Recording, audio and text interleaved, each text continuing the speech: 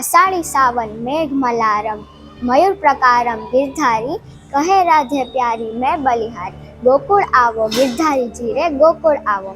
અષાઢ મહિનો એટલે વરસાદનું બાળપણ. નાના નટખટ બાળક જો વરસાદ આવે છે. મિત્રો, બીજ તો ઘણી આવે છે, પણ અષાઢી બીજનું મહત્વ કંઈક અલગ જ છે. કેમ કે મામાને ઘરે લાંબો સમય રોકાઈ કૃષ્ણ, ભાઈ બલરામ અને બહેન સુભદ્રાના સ્વાગત માટે રથયાત્રા કાઢવામાં આવે છે. મિત્રો, તમને ખબર છે કાનાની આંખે પાટા બાંધવામાં આવે છે? શું કામ? કારણ કે મામાને ઘરે રોજ મીઠાઈ જમી કાનાની આંખો આવી ગઈ હતી. છે ને કેટલું રસપ્રદ!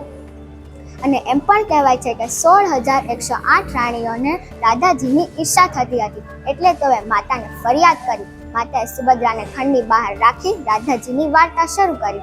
અંદર કોઈને પણ ન આવવા દેવા એવું ફરમાન કર્યું. ત્યાં અચાનક કૃષ્ણ અને બલરામ આવે છે. સુભદ્રા ગભરાઈ જાય છે.